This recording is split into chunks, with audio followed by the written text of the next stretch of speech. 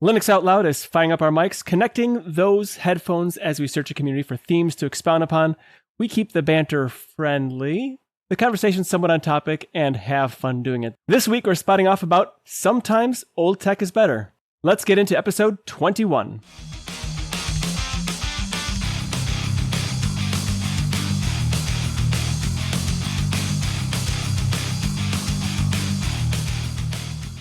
Linux Out Loud is brought to you by DigitalOcean and Bitwarden. And with me today is Wendy, like a scorching hot summer day, burning camera knowledge straight into you, and the network professor of educational sysadmin, Bill. How are you two? Doing pretty well. Dang, I think you nailed that intro. Like, bam. I had to make sure I was wording it correctly. I do kind of view Bill as quite the professor. You're putting me on a platform I shouldn't be on. I don't know about that. You're definitely in that realm, especially with all the stuff you do related to schools and the stuff you've helped me with. I will concur with Nate, the professor. Great. Outvoted.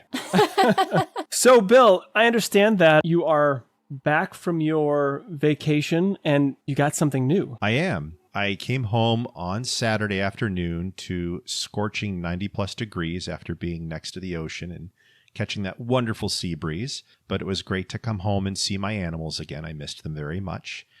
And today I picked up a new truck.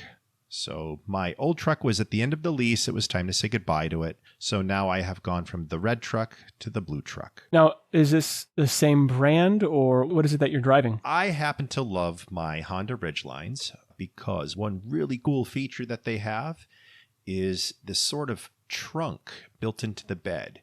And because I'm frequently on the road, I can stuff that whole little trunk, if you will call it that, with cables and tools and wire ties and all sorts of various fun gadgets that someone like me needs when they're out in the road doing networking stuff. The truck also has the ability to flip up the back seats, so it makes it really easy for my dogs to get in and out when I want to take them somewhere. That sounds really nice. I like the fact that you are able to find something else that still fits your needs, because I know the last one you had also had that kind of quote-unquote trunk portion in the bed of the pickup. Good way to hide things. They call it the body cavity, I guess. Not that I have bodies to stuff in there, but I went from the same truck to the same truck. So I'm boring. I like my trucks because sometimes it's difficult to learn a new interface of a car. Right. It's one thing to learn a new Linux desktop or a new application, but when you're driving down the road at 65 miles an hour, learning something new is a little bit more challenging. We just got to take it around the parking lot a few times. There you go. We got our current vehicle that I'm driving back and forth every day about a year ago. Bought it used, of course.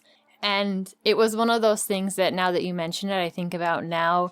I'm headed down the road and the first time that I need to turn on the windshield wipers. Oh, I haven't done that in this car. Where are those settings and that kind of stuff? So yeah, I can totally understand wanting to kind of keep the same layout from vehicle to vehicle. Is this one newer or is it the same year? Did you literally just switch colors? This one's newer. So I have a 2022 and I traded in a 2019. So it was just simply going from one to the other. And I even told the person who sold me the vehicle, you don't even need to show me anything about it. I'm very familiar with the interface. I just need to set my mirrors and set my seat, plug in my phone, and away I go. Nice. The one thing I do want to attempt to do is to see if Nate, maybe you can fit into that little cavity sometime. We can try that if you ever come out to visit me. Gotta smuggle me over a border or something, like into Rhode Island? I will smuggle you into various parts of the eastern seaboard and load you up with almost all of the seafood that you could tolerate. Well, I think I'd prefer to actually sit in a seat as opposed to the luggage compartment. I'm just thinking, like cramping. I need to put my luggage in the seat area so that it doesn't overheat. So that's why you have to ride in the luggage compartment. So you have no concern about me overheating in the luggage compartment. You'll be fine. Man, you are such a sweetheart. Happy to oblige. Look at Bill fitting in. Yep, he knows how to fire them off. Speaking of firing them off, Magneto has asked me to make a label for him. This is the second time he's kind of put together this different seasoning. We've got a family reunion coming up and he wants a label on it. So I've been having a lot of fun working on a label for him. And Ryan promised me during the last live Destination Linux that Michael was going to get my shirt done that very day. And if he didn't get it done, he was losing money in the process. I don't know exactly what that entailed between the two of them. But Ryan was like, you're getting Wendy's shirt finished. Now, we've had one in the works for a really long time, and I thought it was going to be a specific shirt. I get a message from Ryan. I believe it was Sunday night. Yeah, it would have been Sunday because it was the day of the recording of the show. And he goes, yeah, your shirt's done. And I'm like, great.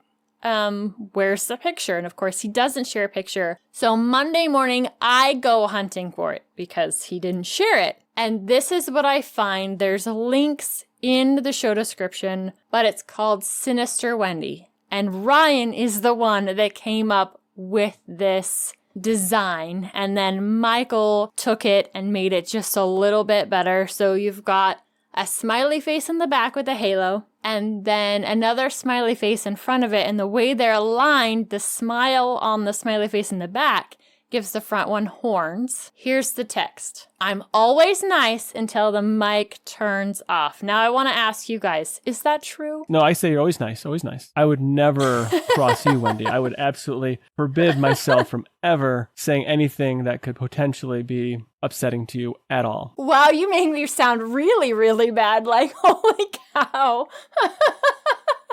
Whatever do you mean? We wouldn't want to anger Wendy because she might go off the rails. Well, I didn't say off the rails necessarily. Rule number 1, never upset Wendy, ever. We don't know what the consequences will be quite yet, but for your own safety. I think it's completely fair. I don't see any problems with following that rule. I thought it turned out a lot of fun. I sent it to my brother after I saw it the first time. He got an absolute kick out of it. Magneto likes it. As you guys know, we have a lot of behind the scenes discussion that just can't make the cut for the GPG rating that we like to have on the network. But Bill's getting a little taste of that. I don't know what you're talking about.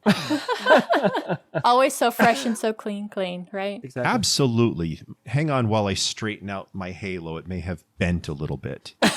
I'm pretty excited about you have your own shirt. I think it's about time. I don't know what took so long for this shirt to be put into motion. I'm glad it's there because now you have your own specific merchandise that I think is completely and totally fitting. I think. I mean, it's not fitting at all. Absolutely not fitting at all. Wait a minute. How do you know the shirt fits until you try it on? How can you know it's actually fitting? Oh, I totally planned to get one, which kind of feels a little bit weird to wear a shirt that was made for me and this hashtag Team Wendy on it, but I guess I should be Team Wendy because I am Wendy. I don't know. But I've told Michael in the past, especially this time of year, I love the Razorback tank tops. They're about all I wear from the time the weather gets warm until I just can't make them work anymore in the fall where it just gets way too cold. And there is a Razorback tank in the lineup of all the different things that you can get with this Sinister Wendy going on. One of them is also an apron, and I kind of wanted to get that for Magneto before the family reunion. I just don't know if that's actually going to happen, but I think it would be a ton of fun to have my husband wearing a Sinister Wendy apron as we're doing some different smoked meats for the family reunion. I think that would be fantastic. And I'm still waiting for the twill while you grill with Bill apron. Ooh, that would be awesome. Well, if you're waiting for Michael, it may be a little while. Yes, I would love for the original concept that Michael and I were talking about before to come out. That one, I think the artwork is definitely harder. It's part of the reason why it hasn't come out quite yet. There's definitely more to it in order to make it work and look really good. Michael's kind of been swamped with all of the network changes and stuff he's working on in the back end. So eventually, the other one that I'm thinking of, the other one that's been in the works, hopefully will make the shop too. But this one is a lot of fun. And if you're Team Wendy, go check out tuxdigital.com/sinisterwendy and it will take you directly to all of the things that has this new design on it. That just sounds like fun. I mean, assuming it's true. I am never sinister. I'm always sweet, sweet, sweet. Sweet like a gooseberry. Just don't ask my husband or my children. Nate, you've had all kinds of issues with your 3D printer. It's been one of the running themes that we've been talking about over the course of the show, the last few episodes, maybe even a month, probably even more. And one of the things that came up during that time was multiple filaments in a single print head. I got some feedback recently on the DLN community forum about some really cool open source projects that do this, and it looks like you've found the same project too. Are you going to be building this? But it was actually from those links that I kind of went down that bunny trail of all kinds of interesting things. The open source printer platform is called Voron Printers. I'm assuming it's pronounced that way, Voron. And this project that was related to it, called the Enraged Rabbit Project, allows you to print multiple color filaments with a single print head. You put the different filaments into essentially a feeder of some kind, and then that will switch the feed of the filament to the next color that's needed on the same layer. So what's very cool about this is you can do, I read it earlier, up to 9 channels of different colors. And it's designed to run with the Voron printer, but it can be adapted to other printers as well. And I was just thinking how neat this would be to have multiple printers, especially for like something more artistic. And to give you some examples there, it's like a really cool multicolored Spider-Man, which my kids are into Spider-Man right now. Very neat, the outcome of it. I'm a little concerned at this point about how much filament is wasted in the flushing process. And I didn't quite fully understand how it actually switches the filament material into the print head. Like I'm not sure how that exact process, but it has extruder gears that load and unload the filament and everything else. So maybe it just pulls it back and then pushes a new one in. That's my guess is how it does that.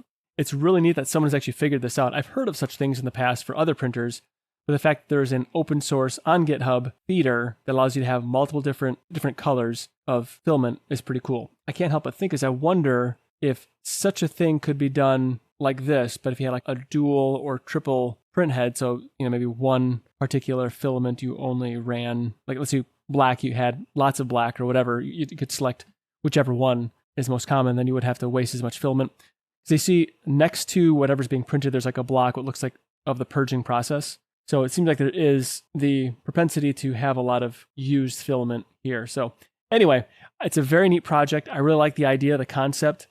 It's very interesting to see how different problems are getting solved with multiple colors and so forth. It was a really great bit of feedback that we got that sent me down a rabbit trail for hours upon hours. So thank you very much for doing that. I'm not going to call it lost productivity because my wheel's cranking. And I think now, because of this, I really, really think that I want to build my next 3D printer using this as the base. I'm not there yet. I've got other things I got to build first. It's such a neat project that I think this would be the printer to go with just because of how versatile it is. And the fact that it's such a versatile platform that is mostly printable, it appears, outside of the aluminum extrusion. It might be the basis for a slightly larger 3D printer in the future, because having something that could do 12-inch by 12-inch would be a lot better for me for a lot of larger things that I need to print. And I can leave my Ender 3 for some of the smaller items. And you definitely want to stick with the same kind of filament and using different colors. The downside of using multiple different types of filaments, and that's one of the reasons I was kind of looking at something that had 2 different print heads on it, was because I wanted to be able to print a specific support structure filament that maybe needs to be heated at a different temperature, plus the regular filament that I'm printing, because I've definitely had some issues where the structure doesn't come off very well, or there's leaves just little bits and pieces on it that you then have to sand off, which it's not the end of the world. It can be done, but it can be kind of a pain. And on my daughter's dragon skull, that's where we ran into the most issues when it came to taking off those support structures. It absolutely had to have supports. There is no way that it could have been printed without it. But as we were taking off some of those support structures, because the little ends of those different horns, the different spikes on it, were embedded in that support structure, and because of how those different layers were put down, they broke off super easy, and she lost a lot of the tips of those horns, those spikes inside that support structure, and they do make some that's water soluble. So it'd be really cool to do something that's more delicate like that, and then be able to rinse off the support structures. But this is a fantastic way to solve the multiple color problem. You're right, you do end up with a lot of different waste. I know I saw a different machine where it was automatically pulling different filaments through and this one was definitely proprietary, but it would have to retract and kind of cut off some of that used filament that had been heated or messed with, whatnot. So you'd end up with like this bucket in the back full of filament that was used or discarded during that process. I love these open source projects with that. I'm not sad that I started with an Ender product, because the first time printing, I think I would have been overwhelmed if I was, for me, this is just me personally, if I was building my printer from scratch the first time and trying to figure out 3D printing. But like you, this is definitely one of the things that I've got in my future for building the same person. And I'm sorry, I wish I could share your username. I'm just not entirely sure how to pronounce it. So there will be a link in the show description to that feedback. He did share his current build that's almost done using some of these open source resources, plans in order for building one. His looks absolutely awesome. I love it. And the way that it's set up, I kind of played with it a little bit, and you can kind of pick and choose some of your different options as you're getting the materials and the design for how you want to build your 3D printer really, really flexible, as so many open source projects are. So thank you again for bringing this to light. And I'm so glad that you found it useful too, Nate. I just want to point out also that this can do multiple material types. So they have an example of PLA Plus and TPU mixed together in one print. So there is that as well. I would worry about the heating in between and the possibility of material getting stuck. So if you're using a material that needs a much higher heat, and then you bring in a material that doesn't need it so hot, maybe some of that previous material being stuck in that print head and you getting a blockage from doing the switch between those two things. Oh, it sounds like it's a risky game, but right. Looks like it's doing it successfully. So I don't know what kind of secret sauce they have in it that's doing that. Perhaps maybe the purging process to get rid of enough of it. Possibly. I don't know. I don't even see any like bleeding of color anywhere. So pretty fantastic, I think. Very cool. I'll definitely have to look into that some more. This episode of Linux Out Loud is brought to you by DigitalOcean. Cloud computing can be, let's say, complex, but standing up reliable, affordable cloud infrastructure really doesn't have to be. At DigitalOcean, you can enjoy a comprehensive portfolio of compute, storage, database, and networking products that put your cloud infrastructure in capable hands so you and your team can get back to doing what matters most, building world-changing apps that grow your business. DigitalOcean also provides you with predictable pricing, robust product docs, and services that developers love. DigitalOcean helps teams regardless of size, whether you're a team of 1 to a team of 1,000 people. DigitalOcean helps your team grow with their simple, powerful cloud computing services. As a listener of Linux Out Loud and a member of the DLN community, you can get started for free. In fact, even better than free, because DigitalOcean is giving you a $100 credit when you sign up at do.co/tux2022. That's do.co/tux2022.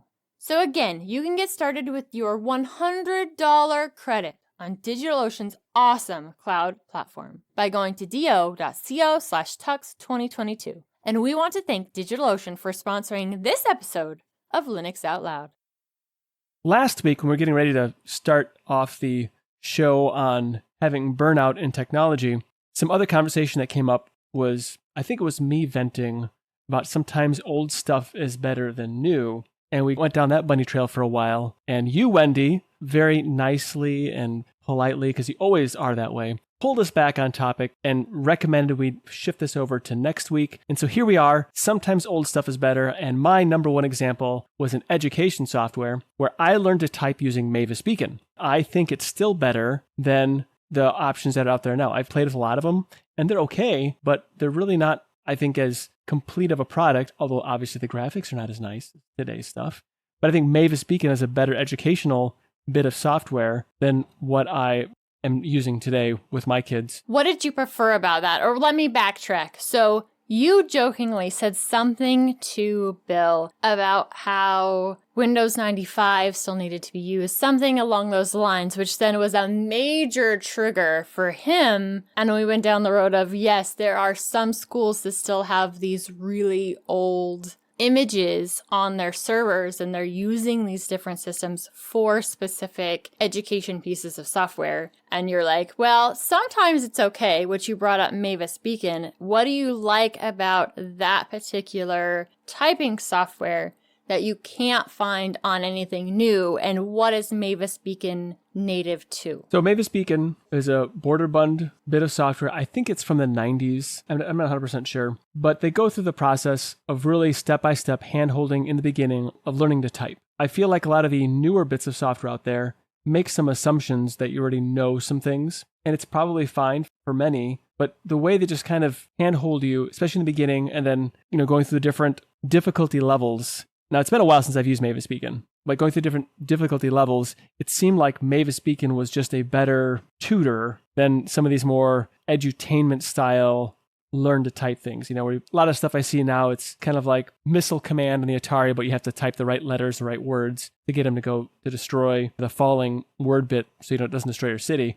And that's all fine and dandy, but where's the actual tutoring piece of it? That's like just practice for typing once you've achieved a certain level. And they have like easier ones where you just do, home row and stuff like that, or one letter at a time. It just doesn't seem like as good of an educational experience to go through. Mavis Beacon, to me, seemed like a complete package, a complete experience, go from nothing to something useful. I too, Nate, had learned how to type with Mavis Beacon and found it to be an amazing utility.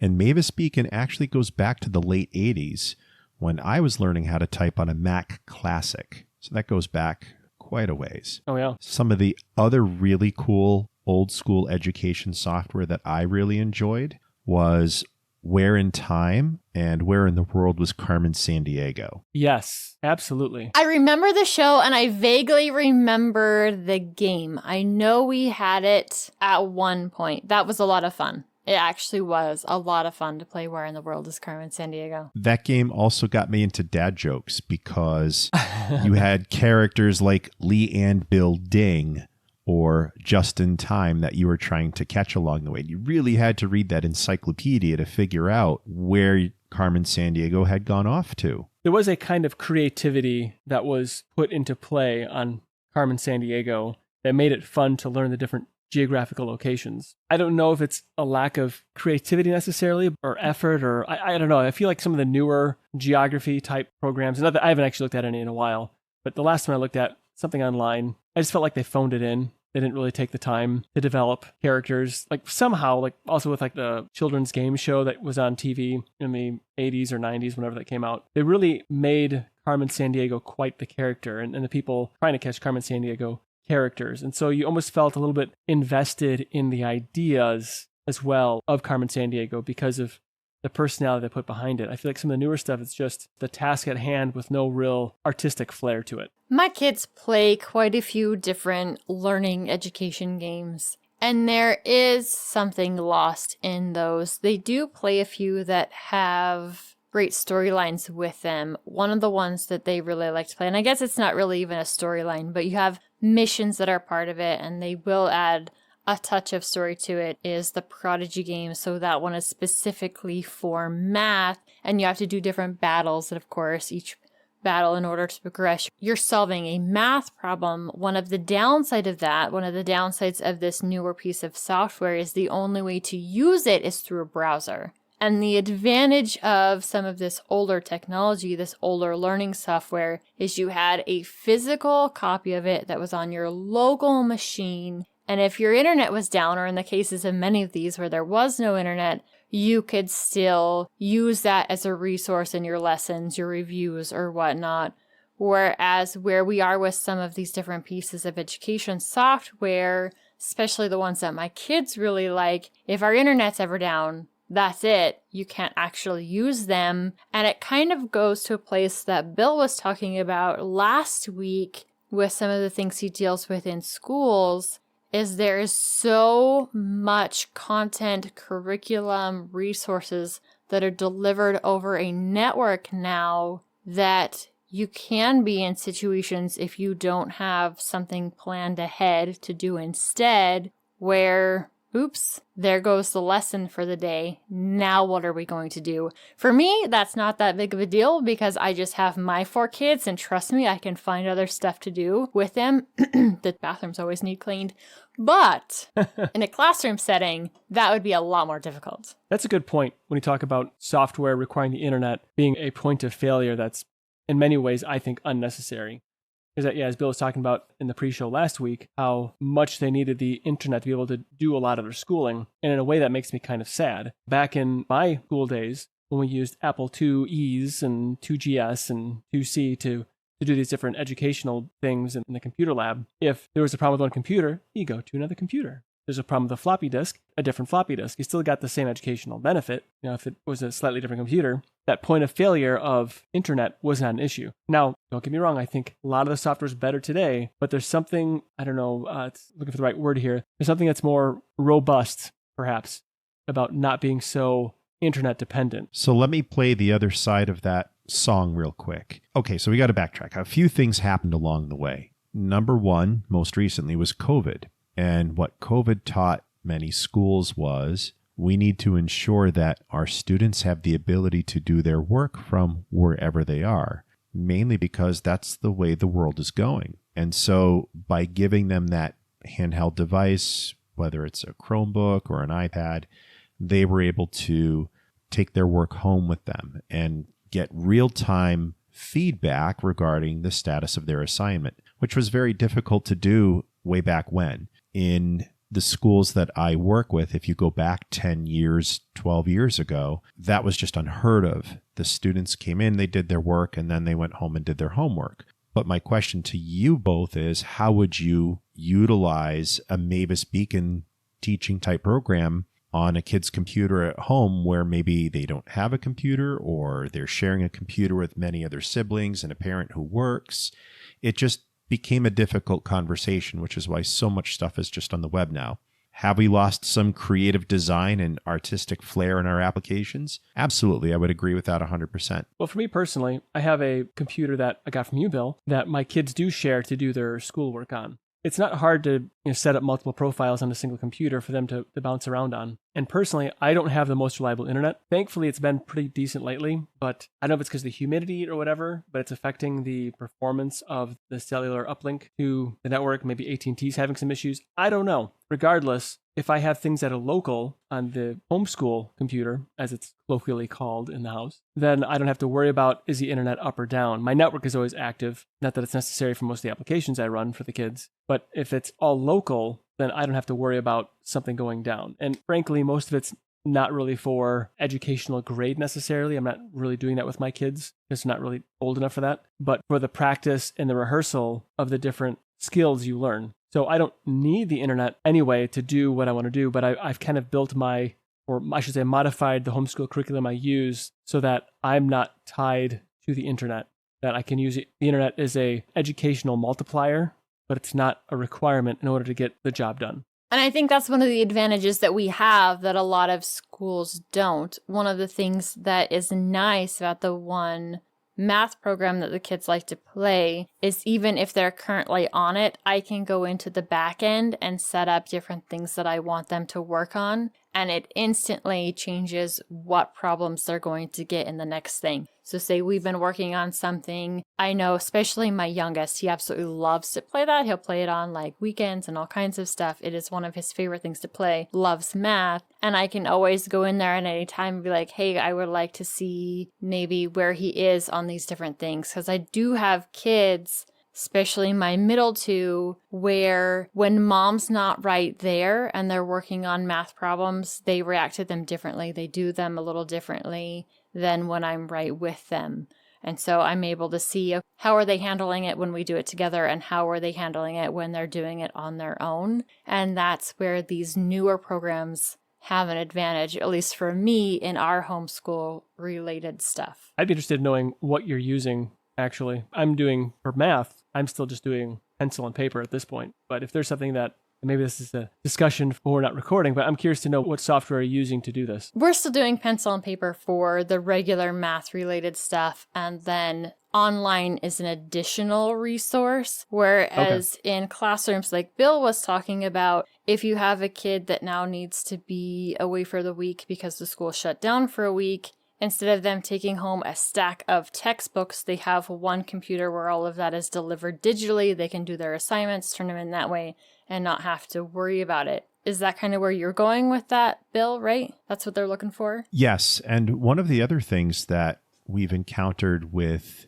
assignments being offline and take it home and email it to yourself was, I'll never forget this. A straight A student came into my office one day in tears because she had spent the better part of a night finalizing a final project for her history class, and her hard drive crashed. The computer was dead. She had no idea how she was going to get that assignment back. So we had a conversation with that teacher and said, look, this is what happened. I will take the hard drive home and see if I can get the data off of it. But just know this happens in technology sometimes, and we don't really have a way around that right now. Afterwards, luckily in that moment, I was able to recover the file. But it taught us something, that we need a better mechanism for students to easily save their work at home where we don't have access to that computer. And that's what these web-first solutions like Google Docs or Office 365 or Apple iCloud have offered, is a means for a student's work to be saved on the fly without having to worry about missing content or missing assignments. They do their assignment, they check it in through Google Workspace, the teacher receives immediate feedback. One casualty since COVID-19 has happened has been the computer lab. As Nate and Wendy, maybe you remember the large rooms that served as computer labs for students when you guys were kids, or even when your kids have been in school. Now that everybody has a personal device, those rooms are being used for other purposes. And every school is kind of doing something different. But one of the neat things that I'm seeing as a result of kids having these devices is that those rooms are being turned into STEM labs. So lots of robotics and 3D printers and programming and other STEM-based learning, which I know is near and dear to both of you. That is pretty cool. You can't virtualize a 3D printer. It is a physical object or other things of that nature. I tried. I was not successful. Well, the CAD is the virtual part. So there is some value there. In some ways, I can see that there's a lot of benefits to our shift to a online functioning. But it also seems like to me there's got to be some more redundancy for local functioning so that if and when internet connectivity is out, that you're not in a state where you can't function at all. I know that Google Office does allow for some offline activity. I think the browser will cache a lot of things and then it'll resynchronize later on. So that's a plus. But if you're in a situation like, got to take the family to some class or some other offsite, like away from home type activity, and another one needs to get their work done. How do you get that work done? That's on Microsoft, or I should say the Google Office, G Suite, whatever, so that they continue to be functional even though they can't upload it. And that's one of those things that just kind of concerns me a bit. And I know there are some mitigations, but being so dependent on it can be dangerous as well. I'm kind of curious, what things have you found that you can talk about on the server when it comes to old software, Bill, and how do you deal with that and the safety of the network in general? So the first thing that I do when I work with a new school is I check their backups. Are their backups in place? Are they working? How do we recover from those backups? And once I'm comfortable with where the backups are, then we start exploring. And in my most recent school, we have found a real treasure trove of software from various decades, some of it going all the way back to 1991. And why does that happen? At what point do you purge old software? In this particular case, the IT group that was helping them, who we've been communicating with, has said, we inherited a lot of this and we didn't want to break anything because we did not know who was responsible for what. And that's a very common issue in business and schools, government, where there's a lot of technical debt, meaning we're inheriting things that we didn't necessarily expect and we don't know what to do with it. So we won't touch it and we'll just hope that nothing breaks or no one needs it. What that drives are conversations with the school leadership or curriculum director, or even just the teachers about what are you using nowadays in your classroom?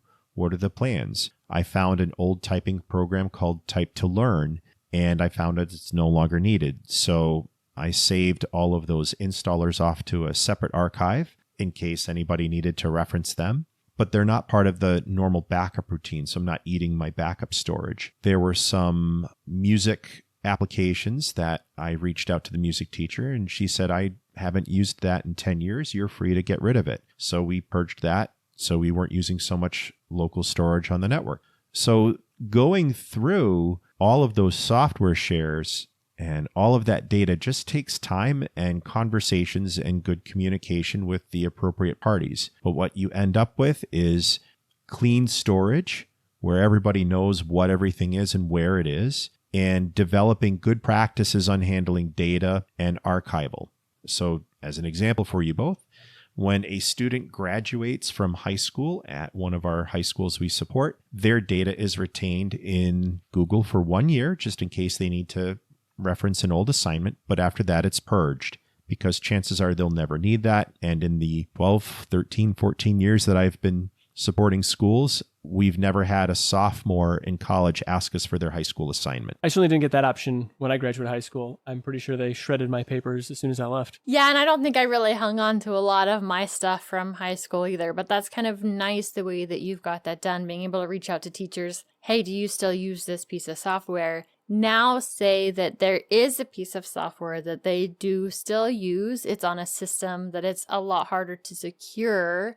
How do you make that work? Because it's a piece of software that the teacher said, this is what I need, this is what I like the students to use. Is there conflict there for you, or how do you make that work? That ends up being a conversation with multiple people, because sometimes an old piece of software like that, let's say it requires Windows 98 or Windows XP, may not be financially feasible for us to stand up a whole new lab and an offline network and everything else we need to run that program for, let's say, a week, tear it all down, put the lab back to where it was with a current operating system and current software. So what ends up happening is the building leadership has a conversation with that teacher about alternatives for some of those programs. And the nice part about that conversation is we get to introduce open source alternatives when we can. Very nice. I know we've talked about some different pieces of open source software that we get to use at home with the kids and the like. And I bet it is really nice for you when you get to be like, there is this awesome piece of open source education software that we can move in and take the place of this one that would be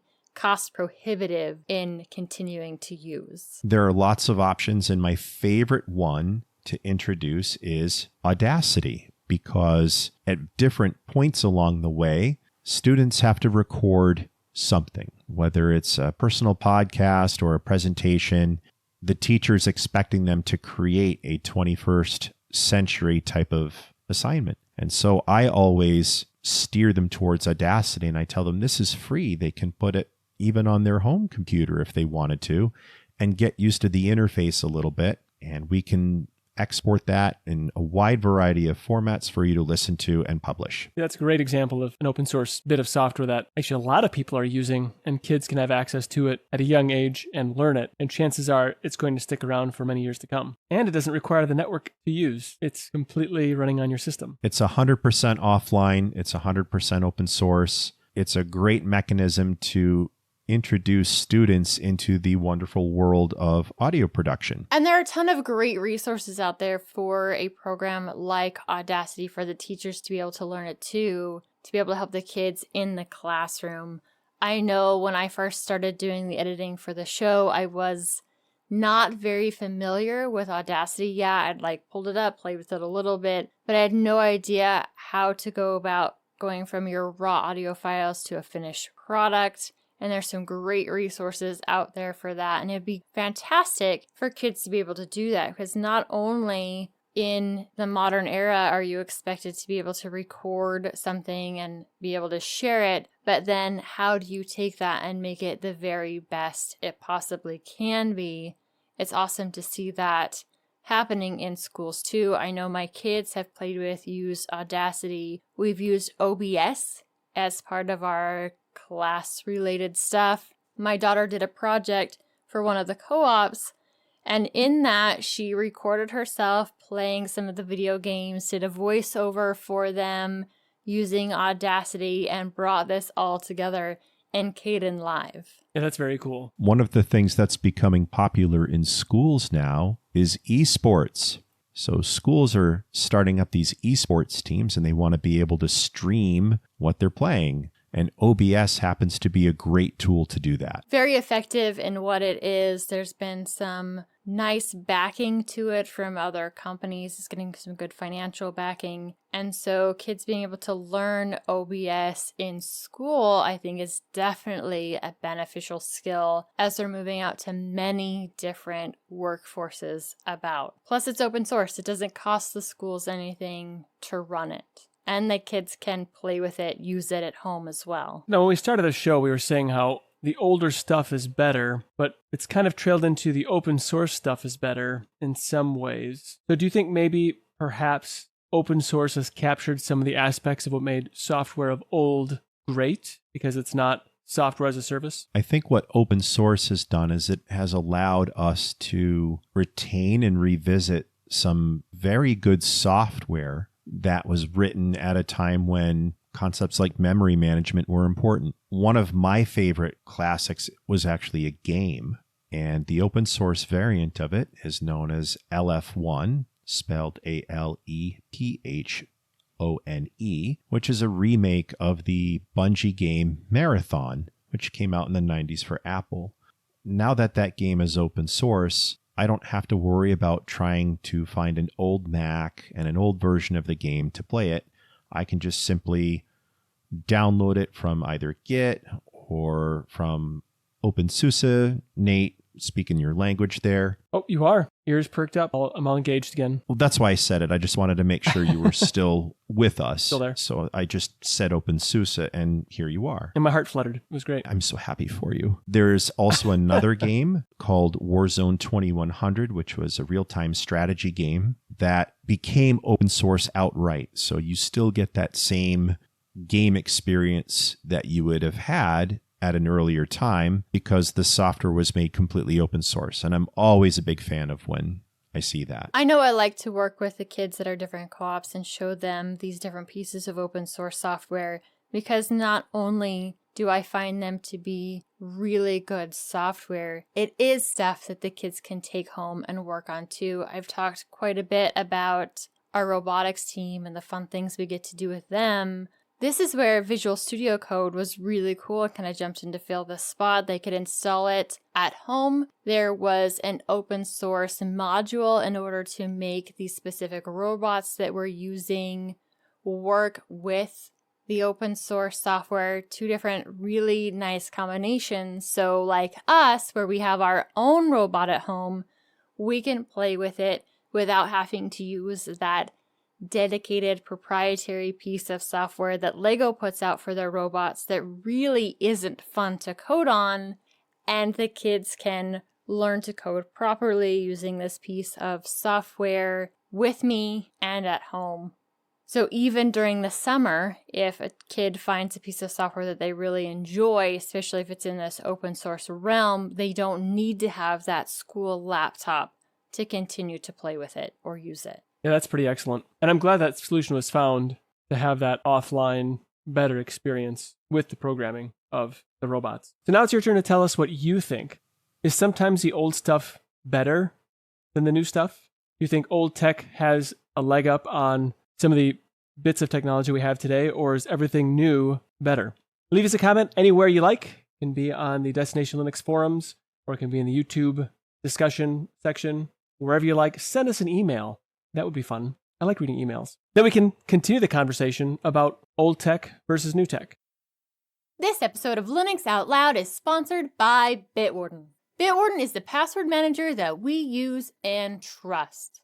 Bitwarden lets you set up things like a PIN to easily access your password manager, as well as additional authentication, such as master passwords, and adding phrases to fingerprint security. all to keep your passwords safe. Bitwarden is the easiest and safest way for individuals, teams, and businesses to store, share, and sync their sensitive data. Go to bitwarden.com/tux to get started for free. Say you want that premium account that starts at just $10 per year. What comes with that? 1 gigabyte of encrypted file storage, 2-step login with YubiKey, U2F, and Duo, built health reports, TOTP authenticator storage and generation, plus priority customer support.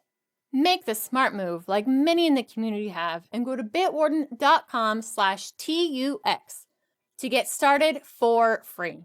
If you're like me though, you want to show your appreciation for this awesome open source project by signing up for that premium edition, especially since it starts at just $10 a year. Thanks to Bitwarden for sponsoring this episode of Linux Out Loud. Bill, it looks like you're doing something that's well beyond my skills and abilities. You're deciding to go with something Kubernetes and something immutable OS, and you're evaluating the headaches versus the rewards. What's going on here? So one of the things that I've always wanted to do when I picked up my Pi cluster last year was learn this magical world of DevOps and Kubernetes, because it's all over the tech news. And so I figured, why not just dive in? It can't be different than virtual machines, right? Wrong. It is very different. It is a foreign world to me, as I am more of a virtual machine kind of a guy than a container guy. But it's really opened my eyes to how web services are built out in the big public clouds and what skills are really needed to move forward in a technology career. So I have been looking at different versions of Kubernetes and what distribution of Linux should I run on my Pis?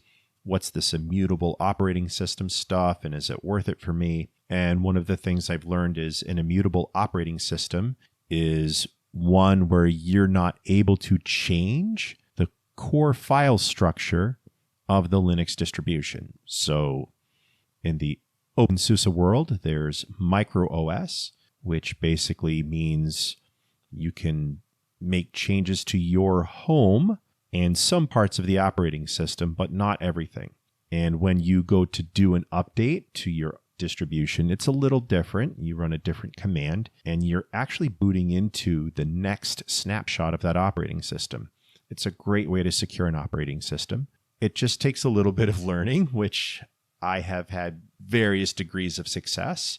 So one of the things that I'm learning is how to create the necessary scripts to set up my Raspberry Pis so that I can continue on my journey of Kubernetes learning and containerization and try out some neat projects that I've wanted to learn more about. What is your end state with doing this? Are you planning on replacing some virtual machine setups that you have now? Do you see there's a happy mix between having virtual machines versus having containerized setups? Where do you think this is all going? So the way I look at this is there's a car climbing a hill and you can't quite see over the crest of the hill yet. I'm still looking for that crest over the hill. So I'm not sure where this is going to end up, whether it means I can containerize all of the services I use in my home or whether I still need to use virtual machines. I have a hunch I'm still going to need virtual machines because I do unfortunately have to have some ability to run Windows virtual machines only because it's required for work. I wish it wasn't, but that's the reality of it. So I need a means of spinning up Windows virtual machines when I have to try something out that's work related, because that's what my home lab is partially for. Where I might end up in the end is my Linux services end up in containers and my Windows services have to stay virtual machines. I may keep some Linux distributions inside of virtual machines, especially when a new distro comes out and I want to see what its desktop looks like. And I want to try out all the fun things that I like to try when a new distribution comes out. And I need virtual machines in order to do that. If you could ever figure out how to virtualize just one application that's supposed to run on Windows and somehow make it work in a really slick way in Linux, let me know, because I have one application I need to run. Unless Adobe can get their head out of their fourth point of contact. I am also looking for that holy grail for a number of applications that I use for work, but I'm not quite there yet. But if I had to pick one application that I use on Windows that I have yet to completely replace with Linux, I would have to say it's Outlook, because I use that extensively at work. And yes, there's Outlook Web Access, and there are ways to make Outlook function in Linux using Evolution, for instance, but it's still not that crisp, clean UI that you expect with Outlook when you're using it in Windows. Actually, I used KDE Suite, KDE Personal Information Management Suite as my Outlook step-in, but I don't know if it can do the Exchange, connect to an Exchange. I don't know if it can do that. I tried it a few years ago. I didn't have much luck with it, and I'm not sure how well it works with all of the two-factor authentication mechanisms that are often required now, especially in the type of field where I work. So for me, it becomes a matter of time versus reward, especially this time of year where I just need something that I can grab quickly, make work, and not have to mess with so that I can get my job done that I need to get done and move on. Yeah, I would say email is one of those things that you just can't have be flaky on you. So I have had issues with Contact in the past, but lately it's been pretty good, pretty solid, except for one module now is starting to act up again, which is the address book. I don't know why. No, the address book. It's acting a little bit funny. Don't know why. Can't seem to bring up my Google stuff, but time to do a bug report, I guess. I just blame the user. That's fair. You can definitely blame the user, and sometimes you can blame us. We had some listener feedback here not that long ago. This comes from Eduardo, and he sent us an email, says, "Hi, Wendy, Nate, and Matt. Your show is my favorite. Thank you so much. I absolutely love it when we get some feedback on this, even when we kind of mess things up, which we definitely did.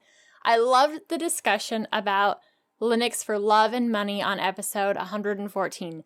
I'd like to make 2 quickish points. 1, log4j was called out on the episode for being intentionally altered by the author. Please double check this." And he is absolutely right. This is one of the things that we got wrong.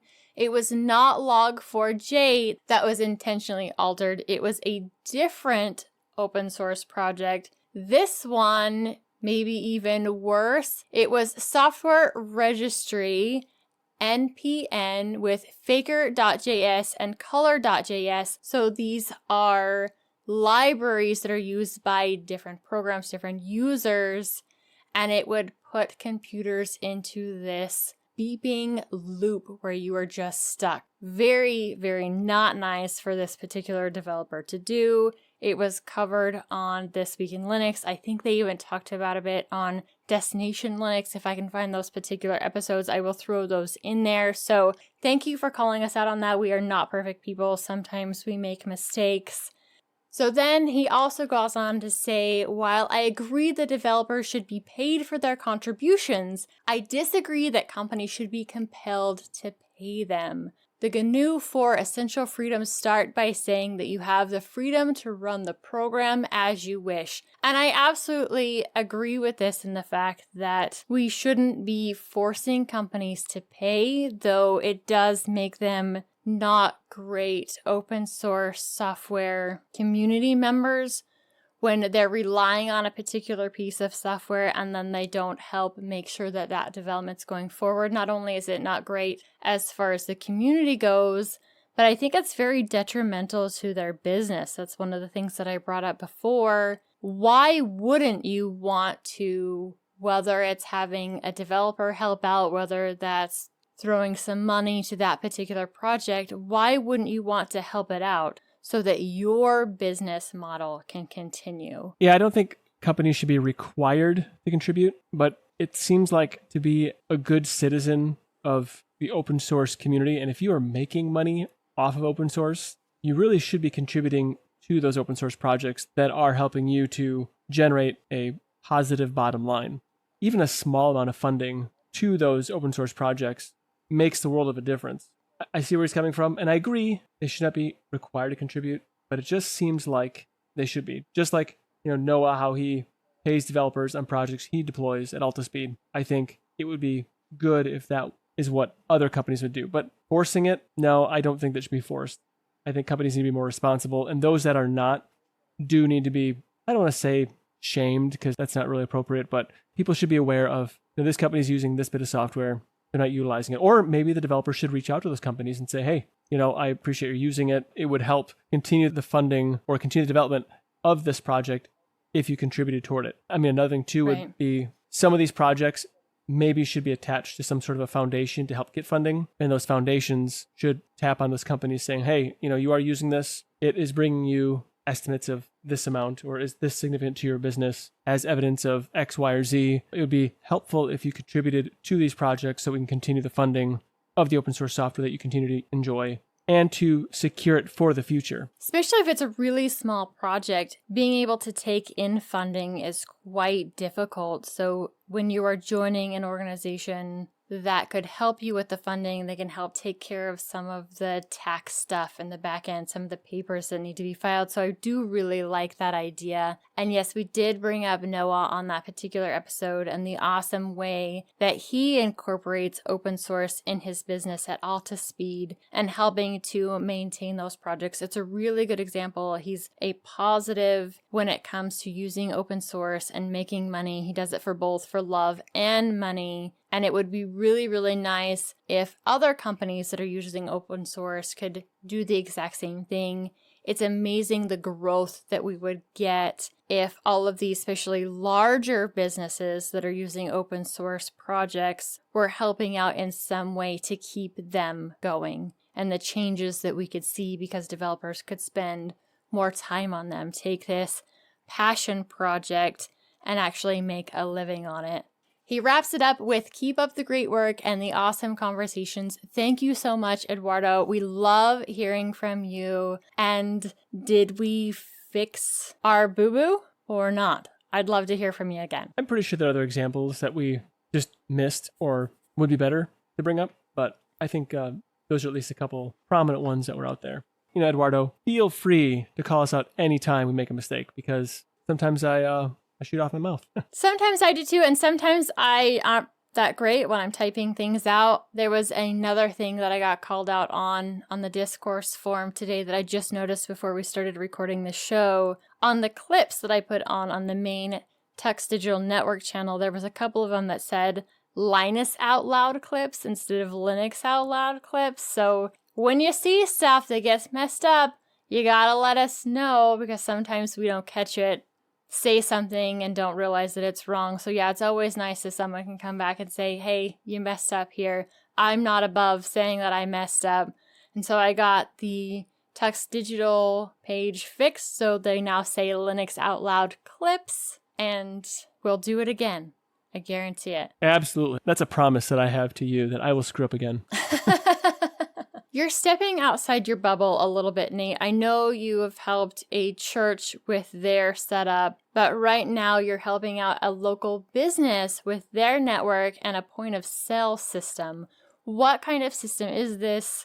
How have you been able to help get this going? A homeschool family that I tutored one of their kids, they started a restaurant in the area. It's a carry-out style restaurant. You can order online, which had nothing to do with this. And then it will automatically send to like a printer, a ticket, so they can start making whatever it is. It's kind of an Indian, Hindustani style restaurant mixed with some like American style food. Very cool. I'm sure I could give the name of it. It's called Giovanni's Kitchen. Anyway, I was approached saying, you know computers well, which I've never advertised that, but you know computers well. Can you help us get our point of sale system operating?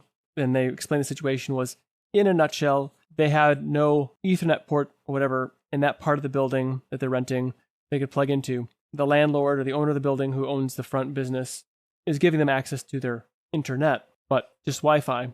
Initially, to get it set up, out of my bin o things, I pulled out an old Linksys router, configured it to be like I don't know what the proper terminology is called. Help me out here, Bill. But basically takes an Ethernet-only device and gives it wireless capabilities. So I did that. For whatever reason, it decided it would forget how to do that job. I tried to reset it up, didn't work. So I bought this thing called a Bros Trend AC1200 Ethernet to Wi-Fi Universal Wireless Adapter. So it had a really nice little web interface where I could set it up and then plug in the Ethernet cable into the printer. And the printer was online. Everything worked great. Very cool device. The interconnection with their website and everything, it's well beyond my understanding of how to do these things. So someone can order online, it prints it off, they have it, and they can start making things. It's working great for now, but my concern is that because it isn't encrypted, has a passphrase to be able to use it, network, it does intermix with the other business that's there. Not that I'm really concerned about anything happening between them, but I think that the security of it is a little bit dubious because, I have no ability to control or help manage their information and make sure it stays operating properly. Again, probably not an issue. This is not a very densely populated area. Nobody here is going to be a target, but I just think there might be a better way of doing that than how it is right now, just globbing onto the network. I'm sure I could probably set up a separate access point, plug it directly into the network, but then again, it's still really the same problem. They don't control the network, and if they can avoid another expense, that's probably best, especially with the way things are today. What I thought was really cool is their point of sale system. It's Android based. They have like a little, for lack of a better term, it's like a phone with a printer built into it. So they can take orders when people like come up to the window. There's a winery tasting room next door to it, and they don't have food, and they're basically the food option for people who go to the winery. It's a real neat setup what they have going on there as far as like the synergy between the two businesses. And also they have looks like a giant Android tablet with a neck and a leg on it basically. That's connected to a cash register and everything else. And it's all Android based. It's a really slick, very easy to use thing, which compared to the point of sale systems that I used when I worked at McDonald's in 1995, is way better. And I'm amazed by how the point of sale systems are today.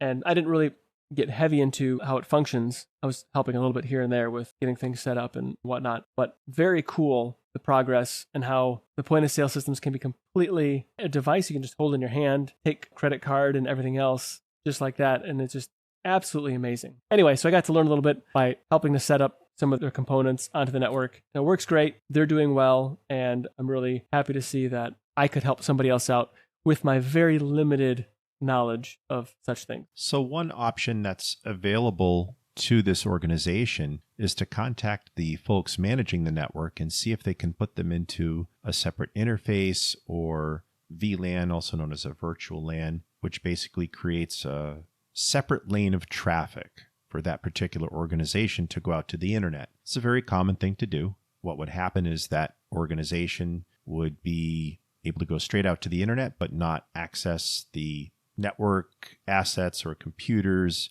of the one side, and then that other side cannot access the resources and computers of the organization which you're assisting. So it just usually involves a simple conversation to the people managing the network. Just say, hey, is there some way to kind of protect us into our own little bubble and allow us internet access only so that we can't touch your stuff and you can't touch our stuff? Would that be okay? And usually it's not an issue. See, if you want to get some great network tips, talk to someone who works with networks all the time. That's pretty cool. What if the person, can't set that up? The person managing the network doesn't have that knowledge, but is willing to let Nate do that. That's what it would have to be. I did talk to the landlord, one that owns the internet service or purchased that and is letting the other business use it. When I asked some questions about it, they basically shrug, says, I don't know. It's just set up the way it is and we just use it. I would probably have to spend a day there,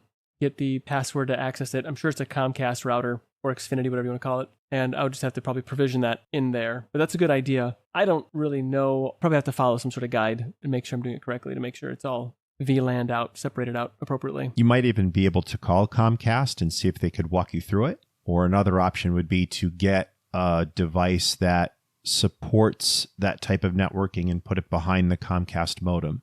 One device that comes to mind is the Ubiquiti Network Stream Machine, which would do that really well. Well, that's a good idea. It'd be a simple plug and play solution, essentially. Correct. Pretty straightforward. Well, very cool. I don't know how critical all this stuff is, but it's just something I kind of was noodling around, and I thought I would bring it up here because, Bill, you know lots of things because you're the professor. I have dabbled in some network appliances in my time. Well, thank you, Professor. That was an extremely humble way to put that, wasn't it? Yeah, it was. Could it be any more humble? I think not. Now it's your turn to toss in your 2 cents, or if you're feeling generous, could be 3, on today's topics. Hit that discourse forum, drop us a line under this video, or on the contact form by visiting tuxdigital.com/contact. If you'd like to hang out with us on our preferred social media, see the links at the bottom of the show description. Find other great shows like Hardware Addicts, GameSphere, Linux Saloon, and more at tuxdigital.com. Show off your love for your favorite podcast and shows by visiting the Tux Digital merch store. Grab yourself some awesome swag, like the gamer-centric I Pause My Game to Be Here shirt, or join Team Wendy with some Sinister Wendy swag. As always, we thank you for joining us. We'll be back next week with another awesome sode of Linux Out Loud. Until then, keep the banter friendly, conversation somewhat on topic, and have fun doing it.